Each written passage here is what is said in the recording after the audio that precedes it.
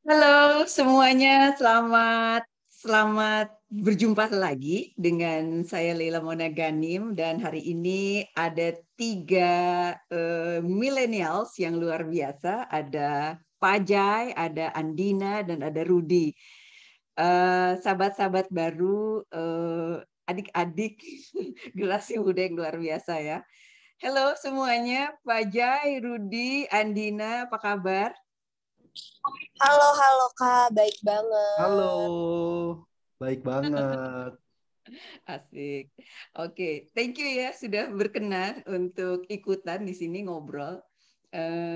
Saya mau sharing sedikit. Jadi kebetulan saya mengajar terkait dengan komunikasi dan kebetulan juga membuat buku tentang komunikasi korporat yang ada di sebelah kanan ini. Komunikasi korporat ini bagaimana perusahaan atau corporate atau lembaga berkomunikasi dengan stakeholders-nya gitu.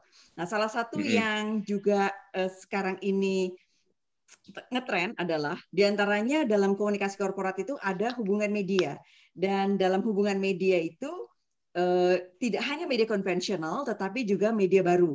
Nah, media baru itu berarti kita membutuhkan pendekatan baru. Di antaranya pendekatan barunya adalah dengan social media influencer. Nah, hari ini keren banget kita bisa ketemu sama tiga influencer yang juga punya background yang luar biasa, keren, semuanya keren ya. Mengenal betul dan punya background pendidikan yang sangat baik gitu ya. Tahu praktis, tahu teoritis juga gitu. So, thank you udah mau ngobrol di sini ya. Saya mau kenalin sedikit, nah nanti boleh ditambah-tambah ya. Ada Pajai. Halo. Halo Pajai, ini kan sama kan wajahnya ya, Betul, ganteng kacamata juga banget. sama nih. Oh iya, kacamatanya sama. Nama benernya sebenarnya Samit Fajar ya, nggak apa-apa ya Betul. disebut. Iya, Disebutkan nama aslinya di sini ya. betul, nggak apa-apa. Travelpreneur, aduh keren. Content creator, owner of Maldives Hemat dan Bantu Media. Wah, Iya. Bisa cerita sedikit ya tentang Maldives Bantu Media sama Maldives Hemat? Betul, boleh dong. Nanti, Jadi, hmm? nanti aja ya, nanti aja ya. Oke, boleh, nggak apa-apa. Nah, ini dia Maldives Hemat. Ini ya betul nggak? Ini. Tuh. Sip. Oke, ini kegiatan-kegiatannya. Terus ini Ada yang lagi lagi berdoa doa tuh di. kayaknya. Oke, keren. Ini lagi di Paris. Paris. Keren. Terus ini lagi apa ini ya? Itu ada festival Mekotek namanya. Festival di Munggu, di Canggu, Bali. Oh, oke. Ini bukan ngaben ya? Bukan, jadi ini merupakan festival di Hari Raya Kuningan, bentuk apresiasi terhadap kemenangan perang gitu. Oke. Very good. Memang Indonesia itu, terutama Indonesia umumnya kolektivis ya, jadi banyak ya kalau ada cara-cara ya. Ya. Ya, influencer berikutnya, aduh, asik banget nih ya. Namanya Andina Sari. Keren banget nih. Halo, aku pikir kamu mau memanggilku Aisyah loh dengan foto ini. Seperti Iya. kadar Nggak kecantikan ya. Aisyah, soalnya desainnya ini keren banget nih. Ini lagi di mana ini? Fotonya ini lagi di mana nih yang ini? Ini lagi di kaki Bromo ini, belum lama. Kalau nggak salah Desember kemarin. Oh, oke. Iya. Creative Agency, Professional VO Talent. Wow, keren banget Iya. ya. Udah banget. Pinter ya cari angle-nya. Communications Lecturer. Sip. Di LSPR ya? Mengikuti, iya di LSPR Denpasar. Oh, Denpasar. Iya. Oh, Denpasar juga yang Denpasar. Iya, betul. Oh, bukan di Jakarta ya? Bukan di Jakarta ya? Belum bukan yang di Jakarta, justru sengaja nih ngincernya yang di daerah gitu biar sekalian main-main. Pinter ya. Ada ini apa? Yang di sana tuh ada teman saya di sana tuh. Aduh, siapa ya lupa. Oh iya. Dari Jakarta ke sana. Ini Uh-uh. juga nih. Ini apa ini? Di mana ini? Indah banget nih. Ini sih di Bandung banget nih. Di Bandung Bandung. banget nih Kak. Di salah Ternyata satu hutan Bandung. pinus. Iya. Oke. Angle-nya bagus banget ya. Keren. Uh-uh. Oke, thank you very much. Ada lagi Robert Andini. Wah, ini dia. Rudy, ya, yang biasa dipanggil Rudy ya. Keren banget. Ganteng. Halo. Halo. Travel Bener, Eco Enthusiast, founder of Maldives Hemat. Keren. That's true. Lagi santai-santai ya. Oke. Lagi Influence with santai-santai. purpose. Betul. Ini apa ini ceritanya nih yang ini? Ceritanya kemarin ini lagi kan sekarang bisnis international routes-nya kan lagi stop, jadi sekarang buka destinasi baru di Banyuwangi. Jadi kemarin ini lagi fotonya habis nge-guide teman-teman yang dari Malang main ke Banyuwangi gitu, Kalela. Keren. Ada bupati ya, Bupati ya Banyuwangi itu ya? Iya. Azwar Anas ya. Udah ganti tapi kan baru aja ganti. Jadi istrinya deh kalau nggak salah sekarang. Itu temen kuliah saya tuh, Azwar Anas, Mas Azwar. Terus ini beach cleaning movement, is a new way of traveling by Rudini Way. Wah, keren banget ya. Ini milenial ini memang biasanya aktif, kreatif, terus juga punya ide-ide kreatif ya, luar biasa ya, globalis ya. Ini apa ini ceritanya nih? Ceritanya sekarang aku sama Pak Aja lagi mau bikin tour beach cleaning sih. Jadi kita mau ngembangin wisata edukasi gitu. Jadi buat teman-teman yang dari Jakarta terutama yang mau main ke Bali bisa nggak cuma cobain restoran atau apa. Jadi instead of just having holiday, we can offer a new brand of activities which is educational campaign regarding marine debris gitu. Very good. It's needed ya. Dibutuhkan. Ini dia lagi jalan-jalan nih. Ikutan dong. Sorry. Keren banget, seru. Nah, apa itu influencer? Kita mau belajar hari ini, mau bertanya, mau menggali gitu ya. Gimana sih cara nemuin influencer? Intinya adalah kalau sebuah corporate, bagaimana sih dapetin influencer? Caranya gimana tuh dapetin influencer? Social influencer. Kemudian bagaimana menentukan influencer seperti apa yang sesuai untuk sebuah corporate? Kemudian juga ya tentu saja ada cara-caranya ya, bagaimana mengidentifikasi yang sesuai dengan kepentingan korporat, sesuai dengan brand. Gimana sih merawat hubungan baik sama influencer? Ini juga penting ya, karena kita mau tahu nih dari perspektif influencer itu mau kerjasama dan bisa berkontribusi engage banget sama corporate itu, kalau kayak gimana corporate-nya? Kita mau tahu itu. Terus how to negotiate for success with the best social media influencers ya. Gimana sih caranya ya paling bagus untuk bernegosiasi. Kemudian bagaimana kita mengevaluasi bahwa kinerja ini tuh berhasil begitu. Terkait dengan social influencer. Itu yang ingin kita gali hari ini. So I'm very antusias ya untuk ngedengerin. Silakan. Ya. Tapi sebelumnya saya mau tahu dulu tentang Maldives Hemat sama kegiatan-kegiatannya untuk Pak Jai, Rudy sama Andina. Silakan. Oke, terima kasih banget.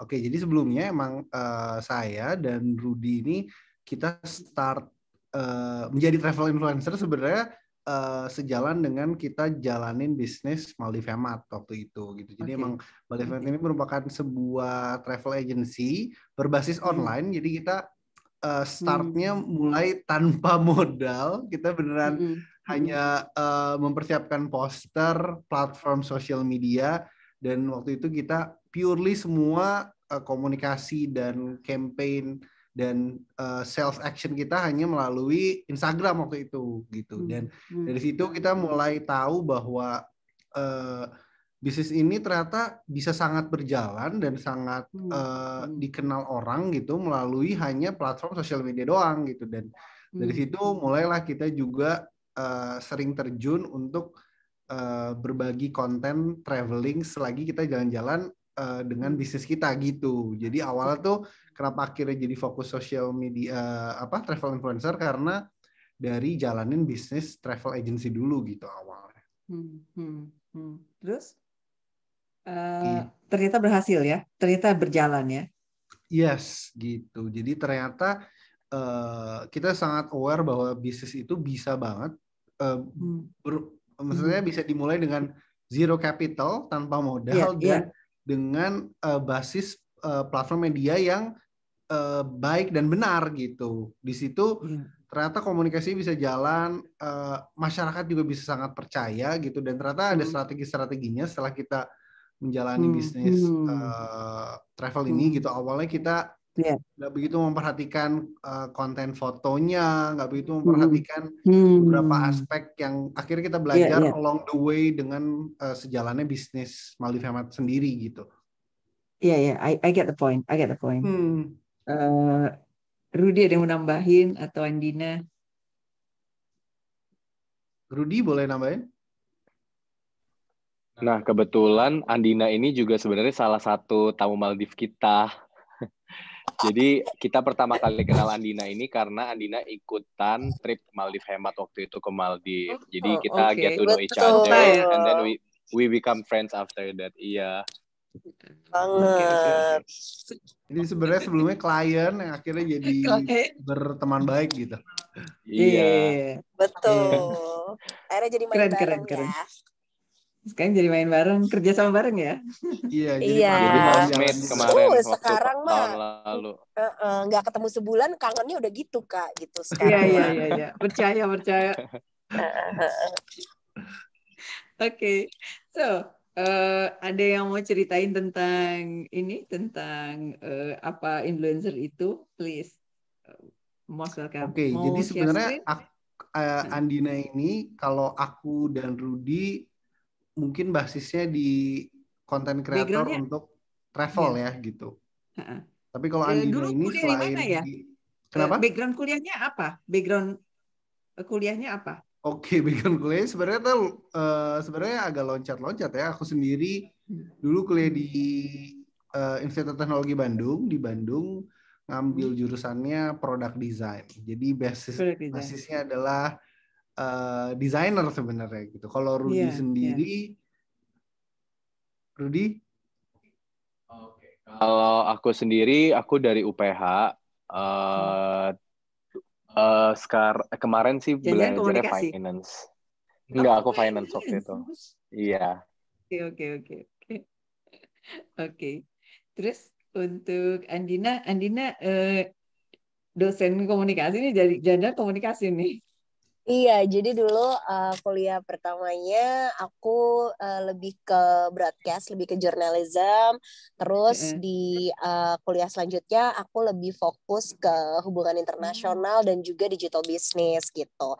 Jadi mungkin sebenarnya kalau Pak Jay dan Rudy lebih represent dari segi figur influencernya. Nah, kalau aku justru dari sisi pekerjaanku sehari-hari itu justru kayak jadi orang di balik layar influencer gitu, karena biasanya creative agency ataupun advertising company itulah yang menjadi jembatan para korporat, para pemilik brand gitu ya, untuk memanjangkan objektif pesan mereka gitu. Kita lagi punya communication message apa, dan kita butuh nembak ke influencer yang mana gitu. Dan disitulah tugas creative agency ataupun advertising berperan di tengah-tengahnya supaya kampanye tajam dan tepat sasaran gitu. Jadi sebenarnya aku juga lebih bisa dibilang dominan tuh malah di balik layar supaya para influencer ini terlihat cakep di halayak gitu. Oke. Justru ini PR-nya main di sini ya, Betul. Very good. Oke, so silahkan, ada yang mau sharing sesuatu kah? Pak Jai tadi ada yang mau sharing Aku udah ada PPT? sih ini. Udah? Aku share Monggo. sedikit kali ya, biar Ya, ada ya, gambarannya seperti apa. ya. Coba nih, aku.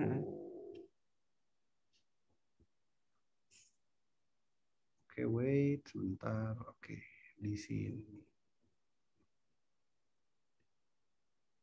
Oke. Wow, keren. Bisa kelihatan nggak? Ya, kelihatan. Yes. Kelihatan ya? Cakep. Oke. Jadi ini yang bisa disebut sebagai influencer deck gitu. Ini aku bikin sendiri untuk aku share beberapa informasinya ini ke klien aku gitu. Jadi biasanya aku mulai dengan perkenalan gitu. Jadi untuk nanti para penggiat bisnis kalau mau berkomunikasi dengan influencer pasti akan banyak dapat ini nih deck influencer gitu. Di sini bisa aku jelasin profil aku.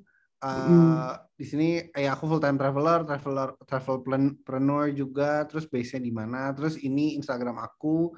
Ini basis follower aku berapa? Ini data reach aku berapa dari Instagram?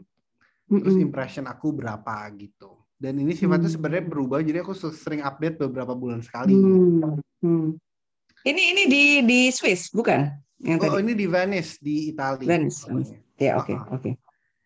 Nah, ini audiens aku, ini yang aku dapat data dari Instagram aku pribadi. Ternyata audiens aku 56% wanita dan 44% pria, dan ini rentang umurnya. Terus ini beberapa brand yang aku pernah ajak kolaborasi. Di sini, nah ini biasanya aku share partnership. Di sini partnership ini jadi untuk memudah mengklasifikasikan apa sih value yang bisa ditukar dari brand dan aku bisa bagikan kepada brand gitu. Ini biasanya ada IG story post dengan konten post berapa, IG feed post dengan konten post seperti apa. Ada event attendance juga. Terus ada talk show speaker juga gitu. Jadi biasanya aku share informasi di sini, dan di sini ada rate harga yang biasanya aku share, tapi di sini aku sensor dulu karena konfidensial. Nanti biasanya seperti itu gitu. Nanti dari sini brand bisa matchmaking sama budget yang mereka punya, campaign seperti apa sih yang mau di-deliver gitu. Biasanya dari sini patokannya gitu. Biasanya simpel itu sih decknya. Habis itu aku bisa let's talk more, terus ada WA aku dan bisa reach out through email juga gitu. And then what you are doing? Jadi maksudnya si influencer itu, si corporate itu ngapain aja kegiatannya? Oke. Trennya apa Sebenarnya aku misalnya? udah nyiapin beberapa deck nih biar ada gambaran. Nanti teman-teman Rudy dan Andina boleh potong aku aja buat nambahin lagi ya gitu, karena aku juga dengan knowledge yang aku punya aja nih di sini aku share-nya gitu. Jadi nanti feel free untuk mau bertanya, mau share juga gitu, biar aku juga kita bisa dapat informasi yang lebih luas gitu ya. Nah, ini sebenarnya how to identify the influencers ya. Jadi aku dapat source-nya, sumbernya dari www.redcom.co.id. Di sini influencer telah menjadi trendsetter bagi para pengikut yang memberi banyak pengaruh melalui sosial media. Dari sana kita dapat mengidentifikasi tipe influencer berdasarkan basis followernya. Nah, jadi di dunia influencer ini biasanya mereka tuh dibagi ke beberapa kriteria berdasarkan followernya gitu. Nano influencer itu influencer yang memiliki basis follower di bawah 10.000. Micro influencer itu basis follower 10.000 sampai 100.000. Mid tier influencer itu 100 sampai 500.000, dan mega influencer itu bisa 500.000 sampai 1 juta ke atas. Gitu. Nah, dari sini biasanya brand atau klien atau sebuah campaign itu menyesuaikan target audiensnya dari basis seperti ini, dan komunikasi apa sih yang mau di-deliver gitu. Kalau dari Andin atau Rudy ada yang mau ditambahin? Oke, nggak ada ya? Aku mau nanya dulu deh kalau gitu. Boleh. Jadi apakah dengan nano atau mikro atau apa saja yang ada di sini ini apa namanya perlu ngerasa yang nano itu perlu ngerasa aku dikit nih gitu dibandingkan sama yang mega influencer gitu. Dan apa dampaknya gitu? Maksudnya kalau perlu berkecil hati nggak sih ya, si nano ini sama mega gitu? Oke, boleh. Kalau kayak gitu sih sebenarnya bukan berkecil hati, karena sebenarnya semakin besar jumlah followers, engagement rate-nya juga semakin kecil.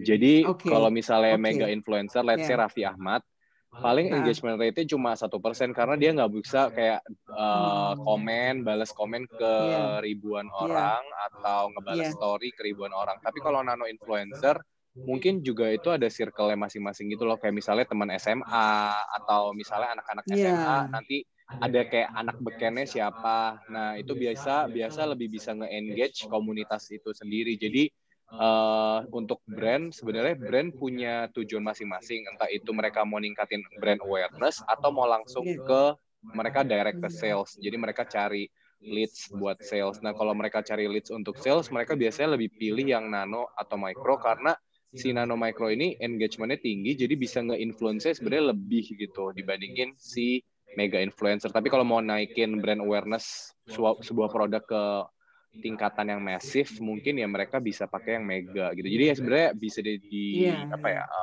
adjust sih berdasarkan goals dari brand tersebut. Iya. Berarti sebenarnya ini apple to apple itu nggak jauh beda ya sama media konvensional ya. Iya kan? Tergantung dari arahnya, tujuannya, mau kemana. Iya kan? Tergantung dari segmennya yang mau diarahin. Sebenarnya karena untuk mensimplifikasi ya supaya kita punya bahasa yang sama, akhirnya dibuatlah format sedemikian sih gitu. Karena pada dasarnya juga mereka sebenarnya media berjalan gitu kan, karena mereka juga sesosok manusia yang berfungsi sebagai media gitu, sebagai komunikator juga gitu. Jadi menurut aku nggak perlu berkecil hati sih, karena nano influencer ini ya itu tadi, andilnya biasanya jauh lebih powerful untuk di sales daripada mega influencer atau mid-tier influencer gitu. Jadi brand pun juga harus pinter-pinter nih mengidentifikasi nano influencer mana yang ternyata punya komunikasi yang bagus, punya power yang bagus untuk bisa ngedirect follower-followernya untuk melakukan transaksi gitu terhadap satu komunikasi brand gitu. Dan along the way, kalau nano influencer ini punya konsistensi yang bagus untuk menghasilkan karya atau konten-konten di sosial media mereka, lama-kelamaan follower base-nya juga akan naik dan akan naik menjadi micro influencer gitu. Tapi dengan ini kan sebenarnya ada yang disebut dengan kenaikan follower secara organik. Organik itu berarti beberapa karya yang bagus dan berpengaruh akhirnya mempengaruhi jumlah follower karena kualitas kontennya menarik dan bagus sehingga orang berbondong-bondong untuk mengikuti influencer ini, dan lama-kelamaan yang tadi 10.000 jadi 100.000 dan seterusnya gitu. Jadi mereka ini punya porsinya masing-masing sebenarnya di dunia influencer sendiri gitu. Iya. Keren banget ya. Oke. Gitu. Kalau dari Andina gimana? Lagi? Andina pasti sering banget punya, karena dia milihnya gimana? Iya, benar banget tadi apa yang disampaikan. Pertimbangan brand itu benar-benar ya, maksudnya tergantung sama brandnya sendiri. Alhamdulillah banget kalau memang brandnya sudah progresif ya, sudah tahu cara membedakan kategori ini berdasarkan objektif activity mereka apa gitu.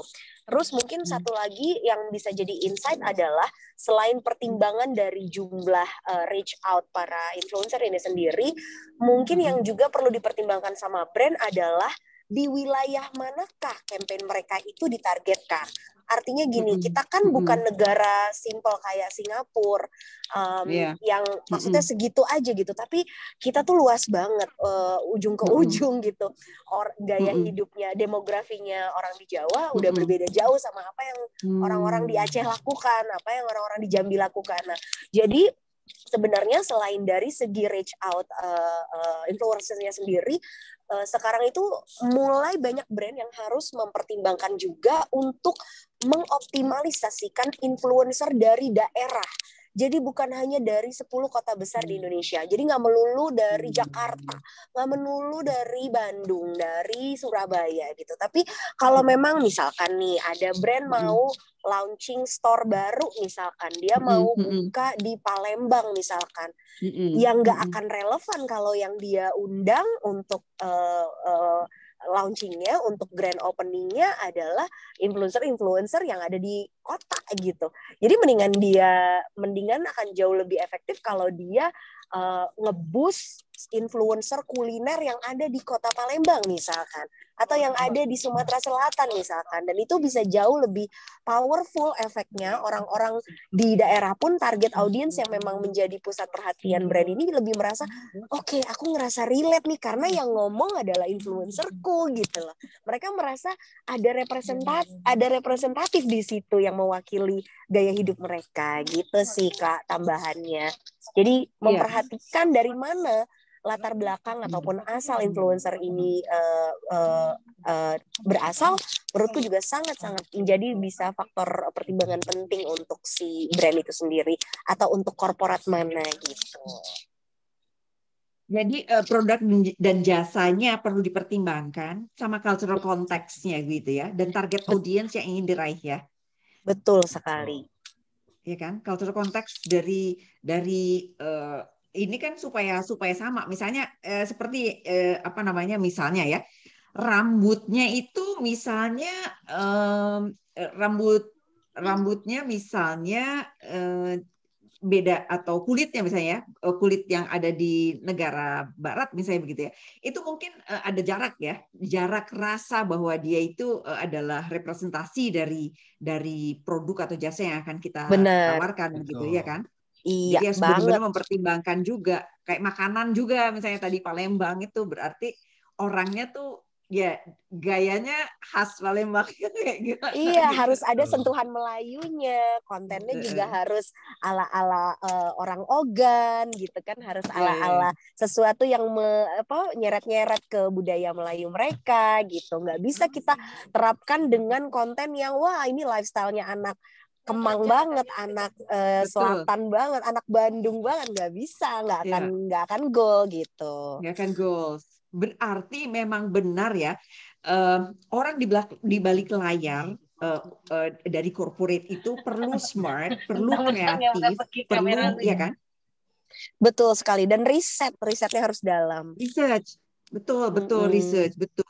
Dia harus benar-benar ngelihat arahnya, targetnya kemana. Berarti ini tokohnya ini atau influencer yang dipilih ini yang kontekstual gitu ya, dengan tujuannya itu gitu ya. Betul. Ada lagi? Oke, yes, betul. Rudy ditungguin. Nah, tadi kita udah berbicara tentang basis followernya gitu. Sekarang ada juga ternyata basis platformnya, sosial media apa yang dipakai gitu. Instagram influencer mereka menggunakan basis Instagram yang kuat gitu.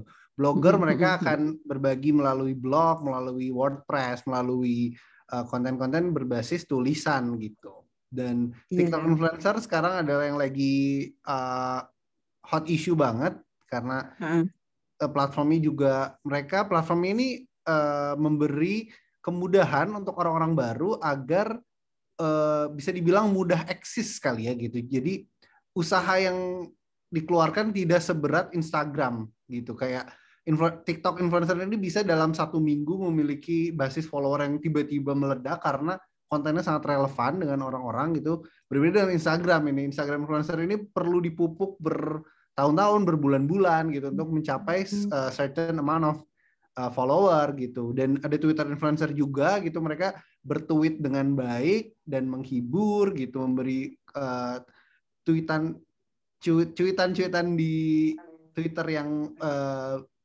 yang menginspirasi juga gitu, menginfluence gitu. Ada YouTuber, mereka basisnya dari YouTube. Ada juga Bigo influencer, ini beberapa platform live yang beda juga audiens yang masuk ke dalam platform-platform ini gitu. Gitu. Jadi ini bisa nggak ya, dia di Instagram, dia di TikTok, dia di YouTube, dia blogger bisa ya? Bisa, tapi beberapa influencer ini akhirnya akan sangat dikenal dari basisnya mereka masing-masing gitu. Jadi untuk di sini brand tuh harus lebih aware karena TikTok influencer mungkin followernya juga akan besar di Instagram karena mereka udah punya popularity gitu. Cuman komunikasinya mungkin nggak selancar mereka berbahasa atau proses kreatif kontennya di TikTok daripada di Instagram gitu. Karena TikToknya ternyata lebih kenceng nih gitu daripada di Instagram. Di Instagram mereka menghadirkan sisi kehidupan yang lain gitu.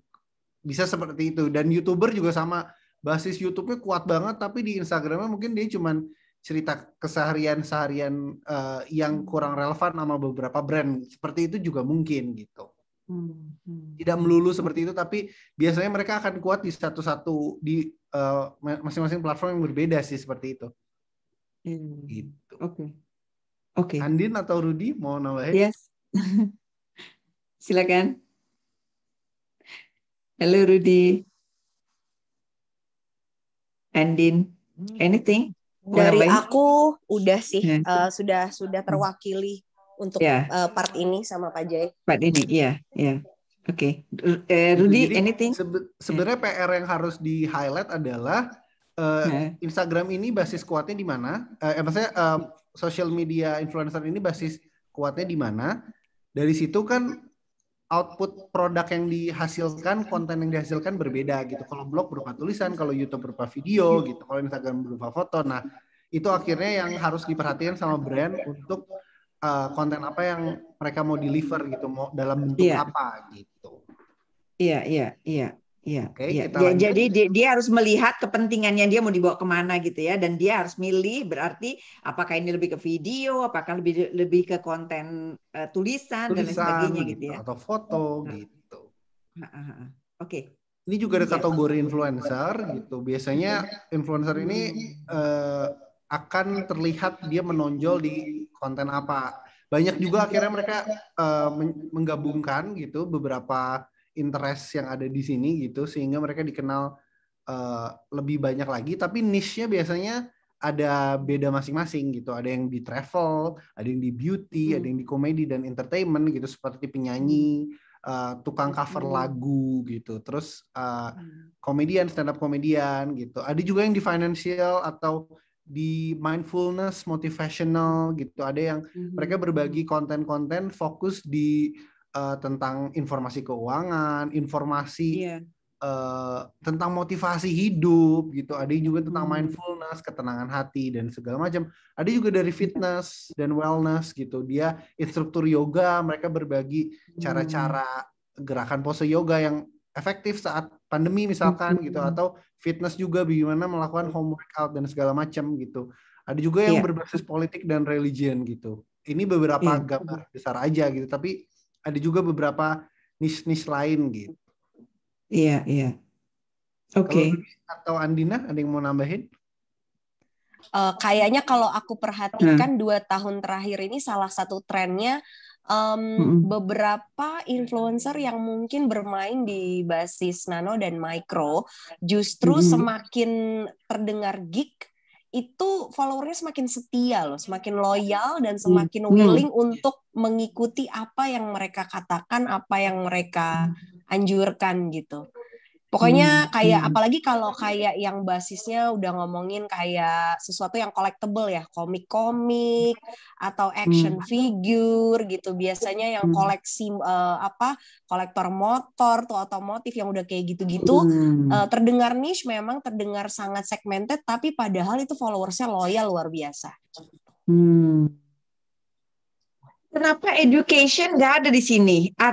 Apakah kelewatan atau ada, spesifik kelewatan. Ini you want aku to say? Kasih gambaran besar aja. Education juga ada.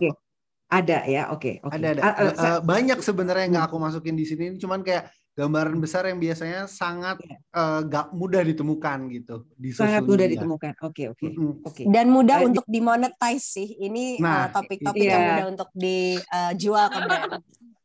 Iya. Oke. Tapi ya jadi aku setuju banget. Regarding money ya ini ya, regarding monetize ya. Jadi bukan regarding itu nggak disukai gitu ya, bukan ya? Bukan nggak disukai dan bukan nggak ada. Ini aku cuman ini kurang lebih lah gambaran kasarnya beberapa yang ada gitu.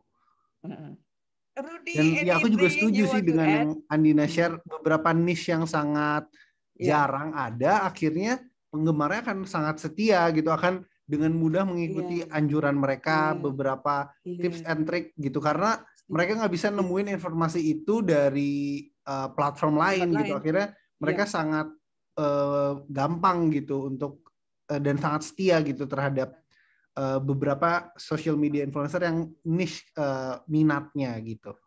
Iya. Rudy, anything you want to add? So far sudah disampaikan Udah, cukup jelas ya oleh Pak Jai. Iya. Hai Andina, akhirnya keluar. Masih Oke, di-mute. go ahead Pak Jai. Sudah sampai rumah. Oke.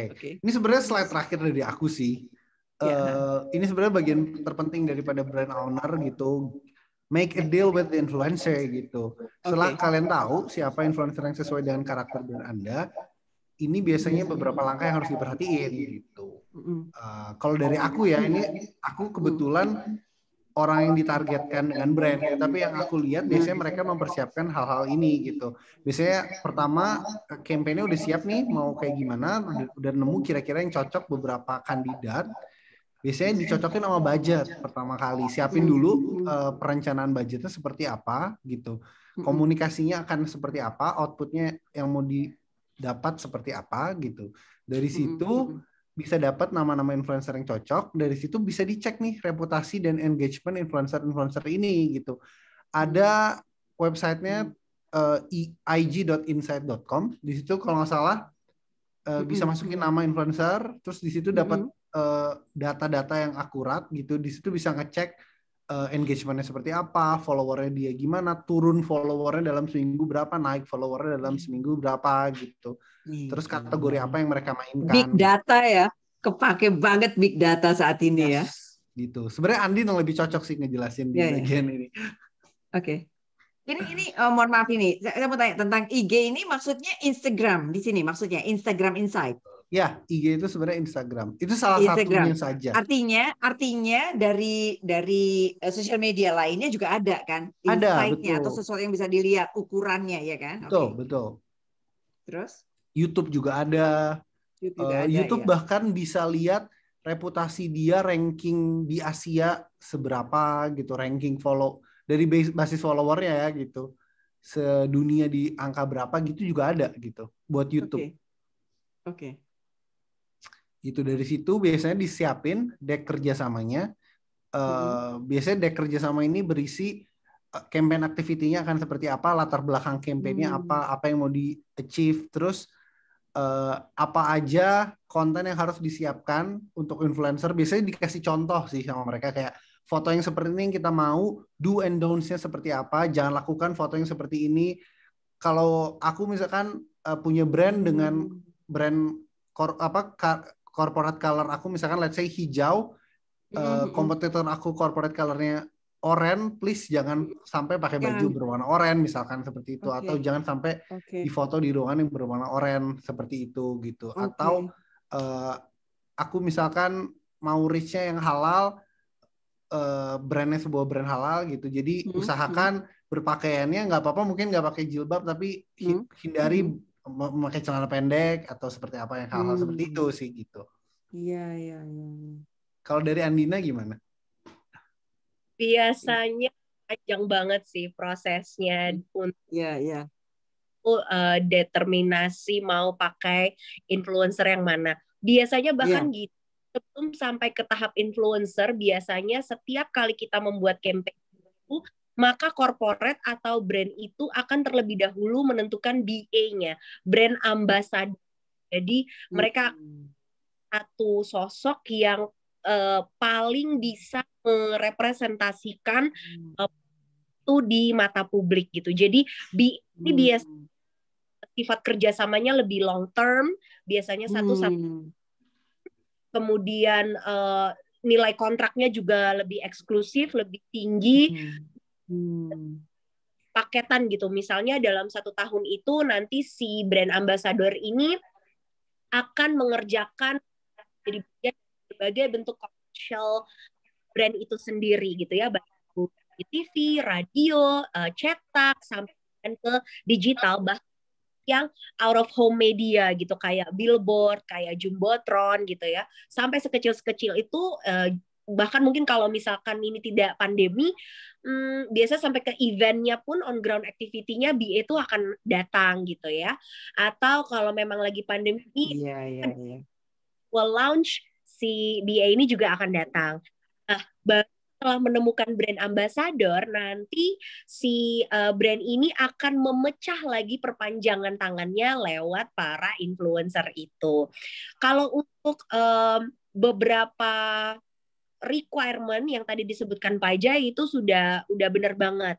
Selain membutuhkan riset secara database, biasanya kita juga akan riset secara public image yang sifatnya memang bisa dikatakan subjektif sekali, like and dislike. Jadi misalkan gini, ada brand yang merasa sudah tidak mau lagi pakai sosok perempuan si X nih, karena misalkan di masa, sebenarnya nggak lampau-lampau banget, tapi mungkin di 2 tahun atau 3 tahun yang lalu dia sudah pernah ikut sama si kompetitor brandnya. Nah itu kan sangat jadi pertimbangan. Atau benar tadi, menurut brandnya kan kita mau represent minuman beralkohol misalkan, tapi ternyata konten yang dipost sama cowok ini syariah banget seperti itu. Atau juga mau dipakai untuk produk nikotin misalnya, rokok. Tapi dia masih ada kontrak sama minuman kesehatan atau produk anak. Salah riset lagi, tanya lagi ke banyak orang, cek berkali-kali gitu ya. Karena kan gak jarang mungkin ada beberapa brand ambassador atau influencer yang aji mumpung gitu ya, quote on quote. Ya. Apa aja deh. Diembat deh gitu. Ini kan kesempatan besar gitu, cuan gitu. Tapi pikirkan long term dari brand image itu sendiri gitu. Jadi hal-hal itu juga masuk pertimbangan.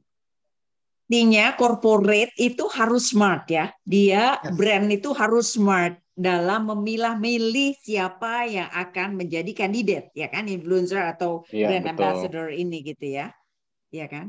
Rudy, anything? Rudy? Menurut aku juga kadang-kadang brand itu ketika setelah detail banget sih ngasih deck gitu, jadi ada briefing biasanya kalau misalnya kita sebagai KOL atau influencer kan biasanya kontennya bermacam-macam, ada yang hard selling atau soft selling. Nah itu biasanya juga masuk ke deal ini. Biasanya kalau soft selling itu lebih kayak misalnya berbagai macam tips, bikin konten yang sifatnya tips, jadi nggak langsung jualan gitu. Itu juga bisa dilakuin sama brand. Jadi tergantung briefing itu masing-masing sih. Tapi biasanya ini udah part of the deal, nanti hasil kontennya itu mau kayak gimana. Iya. Oke. Nah, itu brand itu atau influencer itu bikin materinya itu sendiri atau dibikinin di apa ya?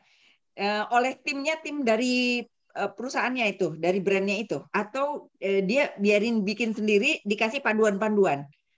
Possible dua-duanya atau possible dua-duanya iya. Possible dua-duanya. Tapi biasanya kalau brand besar karena mereka udah punya brand guideline, jadi udah disiapin banget sih sama biasanya memarkomnya kali ya. Jadi kayak udah ada activation manajernya gitu. Mereka udah bikin kayak semacam deck PDF gitu. Jadi kayak hari ini kita mau memperkenalkan produk A. Nah di produk A apa aja sih yang perlu di-highlight, kata-kata apa sih yang perlu di-highlight, terus background-nya mau kayak gimana tuh mereka detail banget sih ngasih briefing. Bahkan ada beberapa brand yang mereka punya standarisasi foto yang udah detail banget gitu. Jadi beberapa influencer ini yang basisnya let's say ada influencer tinggal di Bali gitu, itu sampai diterbangin ke Jakarta, harus datang ke studio fotonya hanya untuk pegang brandnya gini, terus dia jepret gitu, udah maksudnya bukan buat commercial shot, tapi dia buat foto biasa gitu, buat di IG feed, tapi dia udah punya standar, lightingnya harus rapi, itu sampai ada yang diterbangin ke luar kota gitu. Jadi sangat tergantung dengan brandnya gitu. Ya, sangat tergantung dengan kebutuhannya sedetail apa gitu. Kalau mau ada cerita lebih kocak lagi nih, Kak Lela. Jadi kalau misalnya teman-teman mungkin pernah dengar jargon jeruk kok makan jeruk. Nah, ini ya jadi untuk merekam audio untuk over jeruk kok makan jeruk itu Joshua harus Bangkok untuk recording karena Indonesia memang masih dianggap belum ada studio yang mumpuni secara komersial dan itu masih terjadi sampai sekarang. Banyak sekali audio producing yang harus kita berangkatkan ke Sydney atau ke Bangkok karena kita belum mumpuni. Jadi brand harus spend sedahsyat itu untuk dapat quality content yang benar-benar mereka suka gitu. Bahkan baik cuma satu kalimat doang tapi ya harus seniat itu bikinnya gitu. Dan nanti juga brand akhirnya sangat membebaskan influencer karena tahu kapasitas influencer ini sangat bagus, kualitas kontennya, ingin lihat sisi kreatif apa yang bisa mereka gali. Akhirnya ini brief dari kita, do endorse seperti ini, detailnya seperti ini, barang-barangnya seperti ini. Biasanya beberapa barang yang harus ada yang mereka kirim gitu. Brand akan kirim lewat paket nyampe di rumah, nanti dipakai ya, nanti udah dibebasin.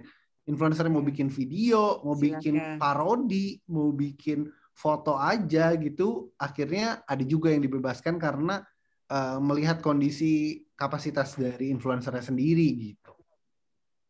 Luar biasa ya, memang kreatif banget ini ya di sini ya. Yes. Harus kreatif banget ini gitu. Betul. Dan apa namanya gagasan-gagasan dinamis banget kehidupannya di sini gitu ya kan? Yes. Saya mau tanya tentang reputasi dari brand ambassador atau influencer ini gitu ya. Reputasi dia itu benar-benar jadi concern juga ya tadi ya dari brand ya. Apakah dia ini misalnya dia tiba-tiba melakukan hal yang tidak apa ya, tidak sesuai dengan hukum misalnya begitu, atau tidak sesuai dengan norma mungkin ekspektasi corporate misalnya begitu ya, yang tadi yang dia pakai ini apa yang harusnya nikotin tapi dia pakai apa dan lain sebagainya itu cara menelitinya gimana itu? Research aja ya, research. Mungkin harus regularly check kali ya. Harus selalu. Jadi biasanya kalau di brand atau corporate sendiri itu kalau memang department public relation-nya sudah berdiri dengan bagus, biasanya dia akan punya tim khusus media monitoring. Jadi memang betul. Semua setiap hari itu dengan keyword-keyword yang berhubungan dengan produknya akan selalu ada insight. Di jam 10 pagi tuh udah keluar nih, ada yang ngomongin kita di Twitter gitu, katanya kita KW, katanya kita plagiat, katanya kita apa, itu selalu ada. Terus aku aja pernah pegang brand ambassador satu keluarga, kebetulan keluarga influencer semua. Dan ternyata di tengah jalan salah satu anggota dari keluarganya ini terkena kasus narkoba di Indonesia. Wah, itu heboh banget. Jadi langsung putus kontrak, kita langsung putar otak untuk cari backup plan-nya harus apa nih gitu. Bagaimana kita juga ke publik yang baik, kayak gitu-gitu sih. Ada aja kejadian kayak gitu. Tapi dunia influencer ini akhirnya jadi sangat menarik karena beberapa aksi yang kontroversial yang bertolak sama masyarakat akhirnya malah menaikkan reputasi si influencer ini sendiri gitu. Ada aja kasus seperti itu gitu. Akhirnya brand malah kayak wah, orang-orang kontroversial gini bisa banget nih cepet naikin brand kita. Ada juga yang kayak gitu sih. Iya. Nah, terus terkait dengan etika, kalau media, kalau televisi kan yang ngurusnya tuh ini ya, KPI ya. Terus ada Dewan Pers kalau ini gitu ya. Kalau ini siapa yang ngurus ya? Ada nggak yang ngurus? Atau akhirnya paling relevan menurut aku sih ya RUU ITE itu. Maksudnya akhirnya komunikasi dari influencernya harus lebih hati-hati juga karena ternyata ada hukum yang memayungi komunikasi di internet gitu. Tapi selebihnya kalau aku pribadi melihat itu purely adalah judge dari masyarakat ya gitu. Kalau punya reputasi yang buruk, maksudnya sebuah aksi akhirnya dinyatakan buruk ya kalau ternyata nanti dinilai masyarakat buruk dan reputasi dia juga dengan sendirinya akan jatuh gitu sih. Kalau dan bahkan insight juga ya, Mbak. Salah satu yang aku pelajari dari TikTok 3 bulan ini, aku terseret pajai katanya aku pelajari TikTok. Jadi salah satu insight yang dari juga di TikTok 3 bulan ini ada ketika ada sebuah pelanggaran guideline dari konten TikTok oleh seorang influencer, maka TikTok Indonesia bahkan termasuk yang di luar, TikTok itu bisa dengan sangat mudah, cepat, responsif untuk menurunkan kontennya. Jadi begitu ada report yang itu berhubungan sama harassment, hate speech, bullying, kalau konten kita bermaksud untuk memecah belah, dianggap provokasi gitu ya, itu sangat cepat diturunkan oleh TikTok. Artinya menurutku di sini TikTok sebagai platform, sebagai bentuk media baru juga sudah menjalankan fungsinya sebagai media service. Ya. Dia punya tanggung jawab bahwa bukan cuma senang-senang aja nih, bukan cuma entertainment aja, tapi kita punya tanggung jawab ke publik gitu. Jadi penjagaannya kolektif ya, antara dari medianya gitu ya, termasuk juga dari publiknya juga gitu ya kan, bisa. Betul. Publik punya kuasa gitu untuk like and dislike terhadap individu ini. Kemudian saya melihat kalau begitu bisa nggak disebut bahwa korporatnya sendiri memiliki situasi yang agak challenging ya. Dia agak posisinya tuh nggak secure gitu. Less secure dibandingkan sama media yang media konvensional gitu ya. Betul nggak? Betul. Menurutku semakin konten media ini bisa diterima halayak luas, semakin accessible, maka akan semakin rentan ia untuk disalahgunakan. Betul. Iya. Posisi korporat juga sensitif ya kan, dia kalau si ini ya mau suka-suka kan, kebebasan untuk berekspresi dari individu ini terbuka gitu ya. Dia bisa benar-benar dapat value yang luar biasa gitu, atau juga dapat manajemen by mood tadi ya kan, betul nggak? Iya. Tapi kalau aku lihat sebenarnya di sini kalau kesalahan besar dihasilkan dari influencer, biasanya brand itu masih mungkin tidak diasosiasikan oleh misalnya ada satu influencer yang melakukan hal buruk padahal dia BA sebuah brand gitu, itu masyarakat tuh masih bisa memilah terkadang ya gitu. Terkadang ada juga banyak kasus yang masyarakat tuh masih bisa memilah antara ini influencernya yang ngaco bukan brandnya gitu. Jadi dia tidak begitu mengasosiasikan gitu. Beda dengan kalau aku lihat ya beberapa kasus gitu, ada juga yang akhirnya terasosiasikan. Tapi karena ini, kalau aku pribadi, ini pendapat aku pribadi, karena influencer ini emang mereka kan membuild karakter, membuild konten berdasarkan diri mereka sendiri gitu. Jadi brand ini bisa cenderung lebih aman daripada BA yang mereka pakai di media konvensional gitu. Kalau menurut aku gitu. As the itself is a personal branding. Iya, gitu. Jadi aku merasa personal branding kuat sekali nih ya berarti ya. Jadi kalau rontok si personal branding ini, brand-brand yang nempel di dia biasanya tetap masih bisa survive sih gitu. Hanya mungkin kerugian finansial karena udah ada kerjasama kontrak yang akhirnya harus diputus gitu. Kalau reputasi biasanya sih, kalau aku lihat pribadi sejauh ini sih cenderung aman. Tapi kalau nggak tahu deh, Andi sendiri gimana?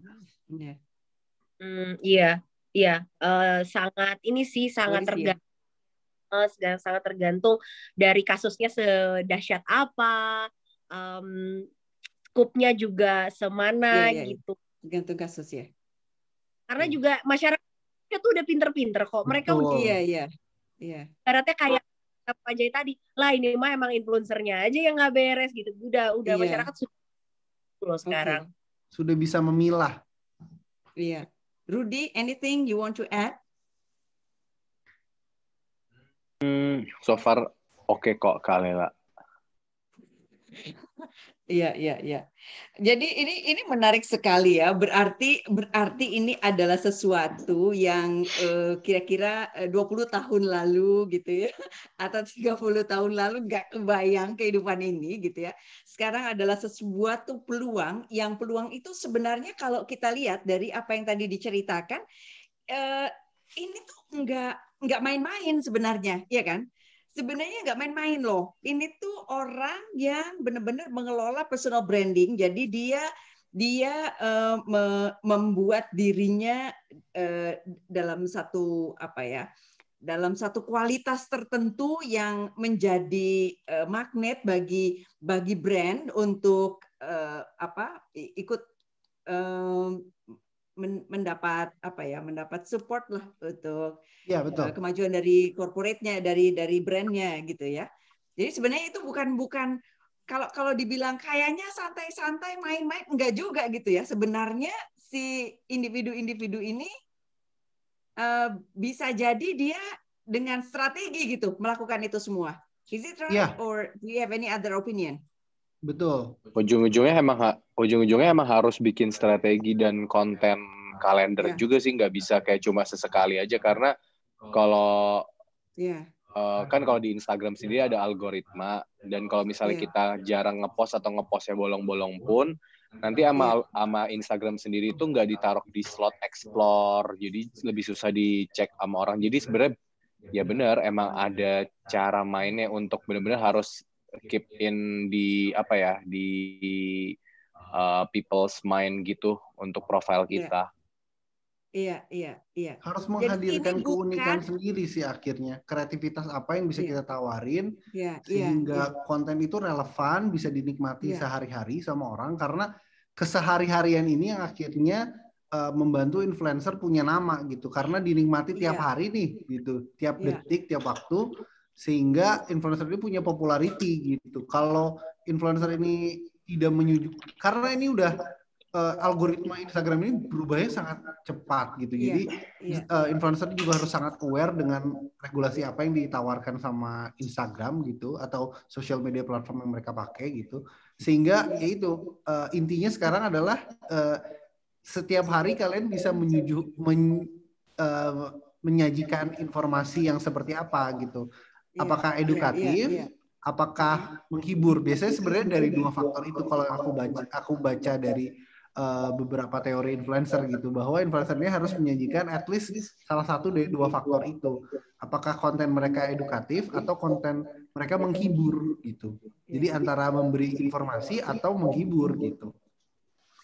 Jadi ini juga harus dikerjakan dalam tim ya, nggak bisa individu ya, karena artinya nggak mudah lah individu.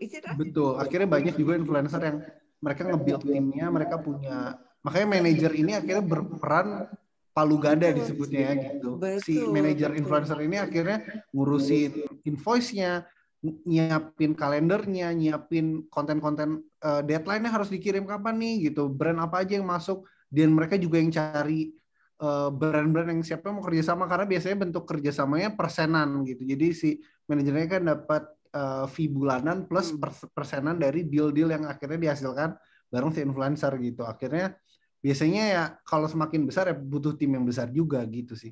Iya. Jadi ini milenial nih kerja sama fun ya. Betul. Tapi sebenarnya kerja ini pakai taktik, pakai strategi gitu, ya kan? Ini nggak gitu-gitu aja gitu ya kan? Kadang-kadang kelihatannya tuh kayaknya main-main gitu ya, kayak tapi sebenarnya enggak, itu ada taktik di sana, iya kan? Oke, so anything else you want to share?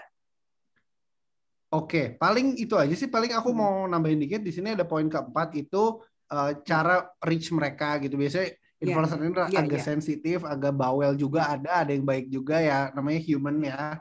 Jadi kontak via manajer kalau bisa, atau kontak through email. Kalaupun email nggak dibalas, bisa di DM yang baik tapi ada tata tutur bahasa yang profesional kalau bisa disampaikan. Karena sering banget influencer ini nge-share kayak seberapa rude brand nge-reach mereka gitu. Jadi sebisa mungkin pakai tutur kata yang baik gitu. Karena takutnya dibumerang buat brandnya sendiri. cara nge-reach mereka juga bisa Sorry. ngasih invitation acara. Pak Jai, mohon maaf. Ini berarti lebih cenderung brand yang reach ke influencer ya, bukan influencer cari brand. Iya. Atau vice versa. Vice versa sih sebenarnya, tapi banyaknya biasanya brand tuh udah tahu nih dia mau punya kampanye seperti apa, mereka yang cari gitu. Iya, oke. Gitu. Ada event invitation juga, jadi kalau mereka baru buka restoran di invite gitu, nanti boleh dapat free free facility selama di tempat itu gitu. Sama ada juga yang ngasih PR produk gitu. Salah satunya PR produk itu adalah produk gratis gitu yang boleh dicoba, kalau influencernya suka boleh dong dibantu di-upload gitu, atau kalau mereka nggak suka ya keep it to themselves aja gitu. Ada yang seperti itu juga. Atau gitu. barteran ya juga bisa ya. Yes, gitu. Jadi ngasih dulu produknya nih, kalau suka nanti aku kasih lagi, atau boleh dong tolong di-upload dong, di-review, tapi kalau nggak suka nggak apa-apa, di-keep aja ya sendiri biar brandnya juga reputasinya kejaga gitu ya. Terus yang paling penting sebenarnya kontrak kerja sama sih. Ya, mungkin juga bisa barter rumah, bisa barter tempat ya, co-working space, atau juga Andin kemarin sempat barter ya mobil kan? ya. Mobil ya kan? Kemarin tuh buat pameran IMS, Indonesian Motor Show, biasanya itu pasti kerja sama influencernya adalah half barter gitu. Jadi kita bayarnya pakai unit mobil gitu. Lumayan juga. Terus? Gitu. Terus paling ini sih siapin kontrak, karena ini harus bener banget bahasa kontraknya gitu. Ini akan jadi pegangan brand. Dan setelah kontrak itu ada, kasih tahu tanggal penerbitannya kapan, nggak boleh telat, nggak boleh keluarin beberapa detailnya di situ. Terus ya di follow up lagi, karena seringkali influencer ini juga kadang-kadang lupa atau mix up sama beberapa kerjaannya, sehingga tenggat waktunya lewat atau gimana. Jadi follow up ini penting banget sih ke influencer. Iya, betul. Buat brand itu masih banyak sekali brand yang ketika berhubungan kontrak itu masih ragu-ragu untuk menggunakan tim legal sih Kalela. Padahal banyak brand sebenarnya tidak paham bagaimana membuat kontrak yang berimbang, yang proporsional, yang bahasa kalau sampai suatu hari amit-amit kontrak itu dibawa ke pengadilan gitu. Jadi supaya juga sama-sama enak, biasanya lalu suggest ke brand sebelum kontrak ini ke pihak BA atau ke pihak influencer, yuk kita finalisasi dengan di preview dulu sama legal timnya gitu. Bener nggak, Bang? Oke. So ini banyak banget nih pelajaran berharga yang kita pelajari hari ini. Ada lagi apa, Jai? Atau close ini? Udah, paling that's all sih dari aku. Ini the last. Oke, baik. So ini menarik sekali. Saya juga belajar banyak ya dari sini. Menarik sekali, dan ini sesuatu yang challenging dan futuristic gitu ya. Experience, memadukan antara experience sama kerja serius gitu ya, sama talent, sama quality, sama passion ya, luar biasa nih. So anything you want to share sebelum kita sudahi? Saya belajar banyak dan saya senang sekali nih. Anything else, Rudy? Apa sarannya, apa komen? Untuk perusahaan sama untuk influencer sendiri? Dua-duanya. Apa ya, kira-kira sih sebenarnya mungkin balik lagi sebenarnya kalau sebenarnya untuk mencari influencer yang baik itu sebenarnya untuk brand sendiri emang nggak bisa langsung apa ya. Kalau lebih baik sih sebenarnya harus sebelum approach emang harus cek dulu minimal 2 bulan untuk tahu sebenarnya si KOL yang disasar ini beneran the true colors-nya itu kayak gimana gitu. Jadi kayak nggak bisa cuma ngelihat dari jumlah followers atau jumlah komen atau jumlah likes, karena yang paling penting kan sebenarnya balik lagi ke engagement si brand tersebut ke customer dan gimana brand message-nya bisa tersampaikan dengan baik gitu. Jadi further research-nya tuh lebih kayak cek dulu beberapa bulan sebelum ini gitu, sebelum deal sama influencer tersebut. Setuju. Perusahaannya ya atau brandnya ya harus benar-benar melakukan PR-nya di rumah dengan sebaik-baiknya gitu ya. Pekerjaan di belakang layarnya tuh yang bagus gitu ya. Iya. Supaya nggak rugi nantinya ya. Iya gitu sih. Oke. I thank you very much. Rudy, thank you.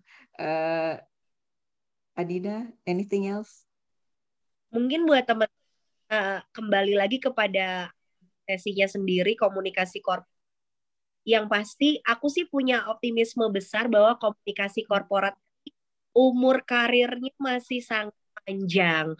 Artinya walaupun medianya berubah, walaupun teknologinya berubah, tapi sebenarnya goalnya sama gitu. Kita mencari perpanjangan key message. Tetap berusaha ya, komunikasi kita nyampe ke publik, komunikasi kita nyampe ke audience. Intinya kan roadnya cuma beda. Dengerin dari radio, dari TV, sekarang udah scroll through their mobile phone aja gitu.